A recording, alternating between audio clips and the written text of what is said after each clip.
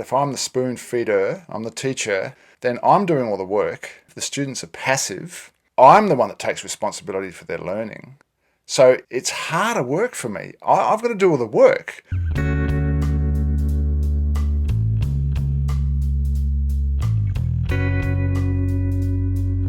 Hi, Richard here from Learn, Implement, Share. In this video, I want to talk about spoon feeding. Now, we all know what spoon feeding is in education. It's so prevalent.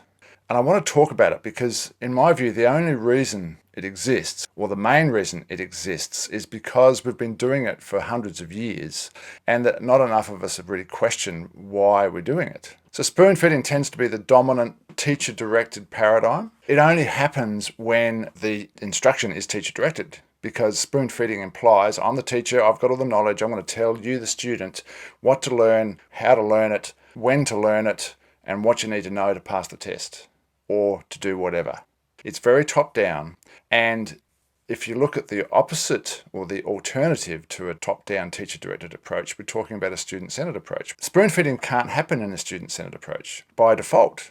And so the reason that I'm an advocate for the student-centered approach is because it allows students to take responsibility for their learning. If I'm the spoon feeder, I'm the teacher, then I'm doing all the work. If the students are passive, I'm the one that takes responsibility for their learning.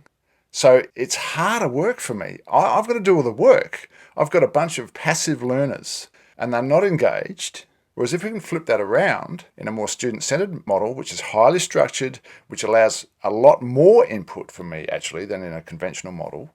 So I'm still very busy, but I'm not taking responsibility for their learning. It's much easier for me. It's a different pedagogy and I've got to work out how to do it or learn how to do it. But the stress is off me and it's way more enjoyable. So I just want to talk about some more facets of this spoon feeding phenomenon that we find ourselves caught in. Firstly, it tends to engender learned helplessness in students. Oh, mister, I don't really get this, oh, well, I won't really bother about it, oh, I can't do it, Because you're the teacher, you've got to make it happen for me. The other tragic aspect to spoon feeding students is that it doesn't give them a chance to think metacognitively. So metacognition and taking ownership over your learning are very closely linked.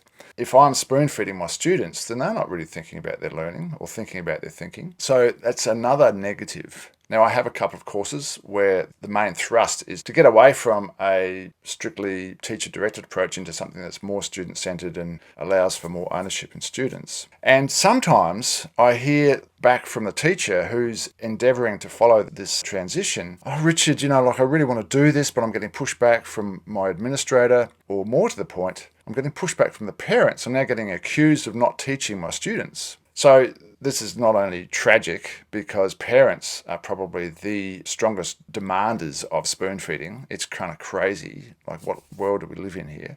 But the message to me about a teacher wanting to make the change but then fearful of getting pushback is that people need educating. First of all, you need to explain continually with your students why you're doing this, why it's better for them, why it's eventually going to be more fun. And you might need to explain the same story to your parents, especially if you don't have credibility in the parents' eyes, if you're a young teacher or whatever. And maybe you need to talk to your head of department or your school administrator as well. Because you think about it, if their paradigm is good teaching is spoon feeding, even though they don't call it that. Good teaching is where the teacher lays everything out and makes it very explicit and then the students follow along and then they get good test grades. If that's a parent's or an administrator's idea of good teaching, and you come along and suddenly you change that to something that's much more student-centered, that looks very different, then whoa, what are you doing here? You're meant to be a teacher, not some other facilitator type person. We want you to teach properly. So some people may need some re-education about what you are doing. So spoon feeding, it really gets up my goat.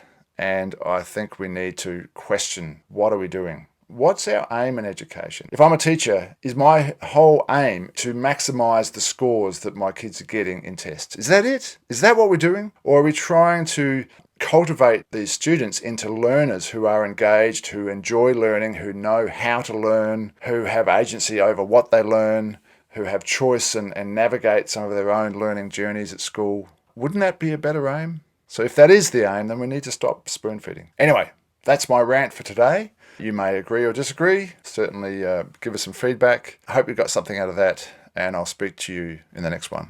Cheers.